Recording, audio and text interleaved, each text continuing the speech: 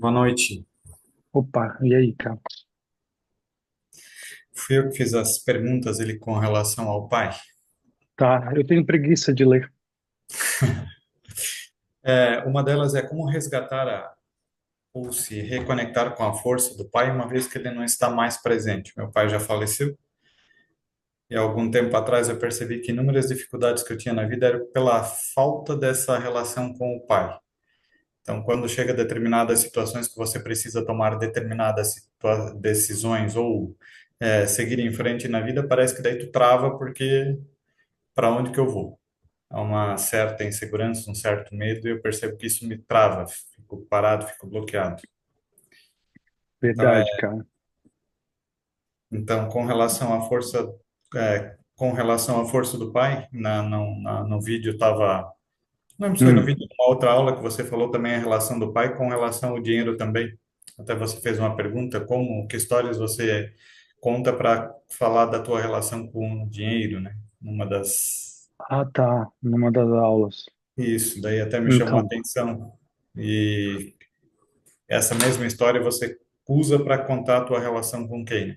Mas primeiro essa questão do pai, que eu vejo que meu pai, desde que eu era pequeno, pequeno não, quando eu tinha uns 7 anos, ele se tornou alcoólatra e a partir de então, dos meus 7 aos meus 28 anos, enquanto ele estava vivo, a minha relação com ele foi bem distante, bem conturbada, bem difícil em função do alcoolismo. Aí batia bastante de frente com ele e tinha uma enorme dificuldade porque a mãe cerceava, a mãe bloqueava, a mãe impedia uma série de oportunidades que tinha para ir para a vida, para ir para o mundo. Por causa dessa relação conturbada, eu acabava ficando ali junto. tá. Essa relação conturbada era como, cara? Que tipo de efeito tinha no teu pai quando ele estava alcoolizado? E se tornava agressivo, violento, a violência, Agressividade, seja violência. ela tanto física quanto psicológica, como moral, Sim, tentava te atingir ofensa. de alguma forma. Não era só violência física, era violência verbal, moral, quando. Aham. Isso. E uma das E- questões ali, você já perguntou inúmeras vezes sobre questões filhos, e na outra sessão ali que a gente teve, eu tive um insight, por Tá. exemplo, que eu não tenho Ah, filhos. E eu tu não lembro que, tem filhos? não, Tá. como a minha relação com ele era conturbada, depois eu comentei com minha esposa, eu não queria ter filho porque eu escutava dele, por exemplo, que se algum dia tivesse Ah, filhos, sim. tu vai pagar tudo que tu me fez passar, coisas do gênero. Então, para mim, Sim. garantia, eu não queria ter filhos. Tu ouvia isso de quem? Que tu vai, quando tu tiver filhos, tu vai pagar tudo que tu me fez passar. Dos dois. Dos dois. Dos dois. E qual foi a tua fase rebelde? Minha fase rebelde foi dos meus 10 anos aos meus 28 praticamente, com o pai. Dos 10 aos 28 com o pai. Batia de frente com ele. Sim. É interessante, né? Vocês veem, galera, que o Marcelo, ele fala isso tudo com um sorriso no rosto, né? Hoje em dia é mais tranquilo. Uhum. Eu não sei, às vezes nós homens temos essa capacidade de esconder aquilo que a gente realmente sente, né? A gente aprende a colocar um sorriso no rosto para desviar do que a gente, para não sentir a dor daquilo que a gente viveu, para não deixar aquela dor voltar. Aí a gente aprende a colocar um sorriso no rosto. Só que isso está muito longe, né, Marcelo, de como você realmente se sente. Não é verdade? Hoje em dia é mais tranquilo. No caso, depois de muita terapia, depois de muito estudo, depois de muita Pois ressignificação, é, mudou cara. bastante. Pois é, sim, sim. Uhum. Porque assim, a questão é, quando você olha para o seu pai, né? Olha aqui, ó. Imagina que aqui está o seu pai, tá? Uhum. Eu vou colocar aqui um representante para ele. Tá vendo aqui o seu pai? Qual é o nome dele? Santo, Ele já faleceu? já. Já. E aqui Eu vou colocar ao lado dele o alcoolismo. Hum?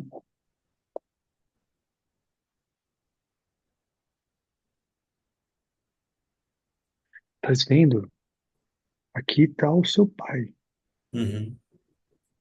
Aqui está o alcoolismo dele. Isso aqui era algo que ele carregava. Mas isso aqui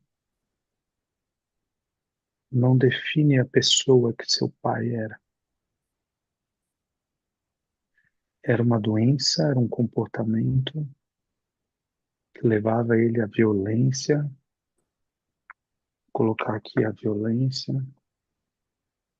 todos os outros tipos de violência. Mas aqui, ó, cara, no meio disso tudo tá o teu pai. Né? Olha para essa imagem. O que acontece se você se aproxima dele? Se você deixa ele se aproximar de você, o que que acontece? Gera uma certa ansiedade, uma aceleração nos batimentos Hum, cardíacos, um calor. uhum. Mas olha só o que está acontecendo. Uhum.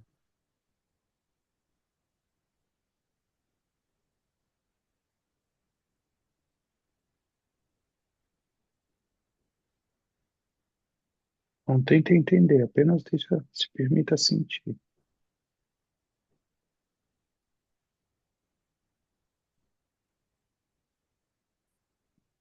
Aqui, olha só, aqui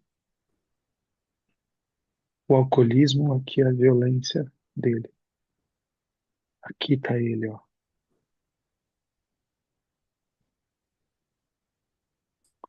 A única forma, pessoal, de poder se conectar com um pai que realmente causou muita dor é aprender de alguma forma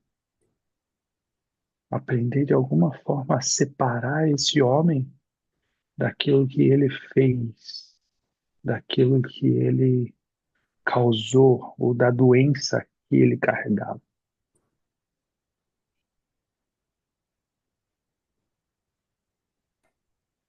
É possível isso? É possível. Uhum. Carrega essa imagem aqui com você, cara. Como se você fizesse um upload dessa imagem. O seu pai, e aqui, ó, mais distante, mais longe, como se você estivesse separando o seu pai da, da violência e do alcoolismo. Tem um homem aqui, sim? Aqui Sim. tem a doença dele e os comportamentos que te feriram. Diga para esse pai aqui, diga, eu tomo você no meu coração. Eu tomo você no meu coração. Diga para ele, você tem um lugar no meu coração. Você tem um lugar no meu coração.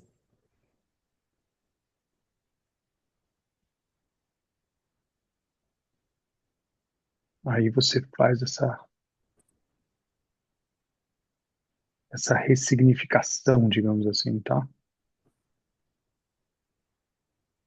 Grava essa imagem com você, tá, Marcelo? Porque independente, gente, Marcelo, o movimento de reconexão com o pai, como a gente sempre trabalha, é um movimento de reconexão com a nossa capacidade de agir, encontrar soluções, coragem, ousadia, tudo isso vem do masculino que atravessa essa figura do pai, certo? Isso já está muito claro para todo mundo. né? A essa altura do campeonato, né? Já está muito claro. A, a, cap- a nossa, a única, não é a única, né? Mas para muitos a capacidade de se reconectar com o pai está em aceitar que ele é um homem e que, por exemplo, no teu caso, carregava uma doença que chamava alcoolismo. E que essa doença, né, tinha fazia com que ele fosse violento. Mas tem um homem por trás dali de tudo, assim como tem aqui na minha frente também um homem, também com seus defeitos e também com as suas coisas, não é, Marcelo? Sim. Tem. E Uma segunda, assim eu te vejo aqui. E assim eu te vejo, assim esses outros homens aqui olham para você também e te veem um homem, simplesmente um homem. Independente se Marcelo tem filhos ou não, se é milionário e super bem-sucedido ou não, independente da sua orientação sexual, seja lá qual for, aqui a gente se encontra apenas como homem. E isso permite com que a gente faça essa reconexão com o pai também. O nosso pai também, Genilson, foi apenas um homem, cara. Por trás de, sei lá, se ele faliu a empresa dele, se ele era alcoólatra, se ele era depressivo, ou se ele sumiu de casa, se ele traiu a mãe, tudo isso, por trás de tudo isso tem simplesmente um homem, velho. E eu, como homem, tenho que estar muito atento, porque como homem, eu também seria capaz de fazer a mesma coisa que ele fez. E quantas vezes, Marcelo, eu já atendi homens que tentaram a vida inteira ser o completo oposto do pai, para de repente, de uma hora para outra, olhar para si mesmo e se ver repetindo as mesmas coisas.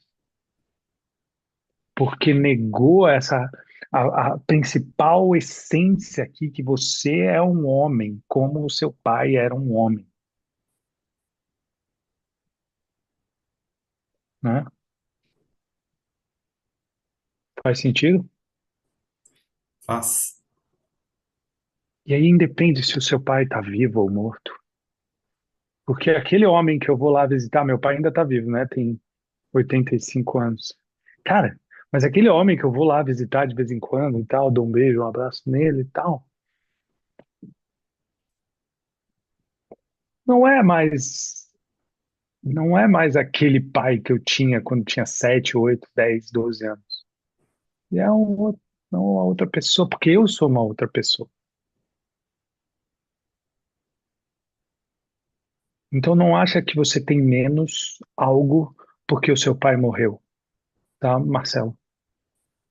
Você continua, porque o Marcelo que precisa acessar esse pai é o Marcelo de 10, 12 anos, 15 anos, que parou ali quando teu pai se tornou alcoólatra, quebrou um negócio dentro de você, que está sendo restaurado agora. Tá bom? É difícil encaixar na cabeça ou dá para encaixar aí dentro de você? Dá para encaixar. Só que nessa mesma dinâmica entra a mãe. Hum, É uma questão que eu já vi outros comentando. hum. Além dessa dificuldade com o pai, que já existia, a mãe, eu sentia que a mãe me sabotava. Não que ela me sabotava, ela queria por perto, em função muito provavelmente do alcoolismo do pai, né? Para ser um. Às vezes nós dois meio que disputávamos o Se ela mesmo não tinha posto. o afeto do teu pai, ela buscava o teu afeto no lugar. Por isso que ela te queria perto. Pode ser. É importante. Tem vários aspectos disso. Talvez ela também te queria perto para te proteger do teu pai,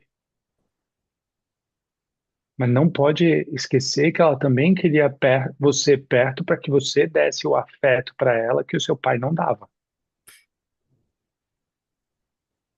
Essa é a armadilha, tá bom? Sim. Só complementando nessa questão, por exemplo, eu, enquanto adolescente, enquanto jovem, recebi Hum, muitas propostas e tive muitas oportunidades de trabalho, de estudos, e eu sei que eu cheguei aí para algumas e acabava tendo que voltar por causa da mãe.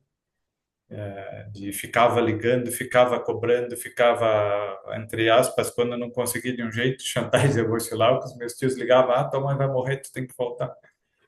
uhum. Hoje os dois são falecidos, aí tu fica meio que estagnado ali numa determinada Tu, situação. tu perdeu, né? Perdeu qual era o teu movimento em direção à vida. Tu foi abrindo mão, abrindo mão, abrindo mão, abrindo mão. Chega uma hora que tu perde o que que é que realmente me faz vivo. O que que eu ainda quero realizar e construir nessa vida? Qual é o impacto que eu quero deixar no mundo? Não é à toa que você não teve filhos ainda. Quantos anos você tem? 46. Uhum. Que bom, cara. Eu também tenho 46 anos, uma excelente, uma excelente idade, cara. Tu já tá se abrindo para ter filhos? Nós não fizemos nada para evitar ter filhos, mas nunca aconteceu. Acho que vai acontecer agora.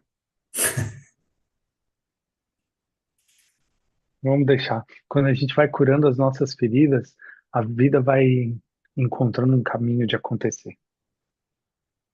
Tá bom? Obrigado, Marcelo. Eu acho que foi um presente para todos aqui.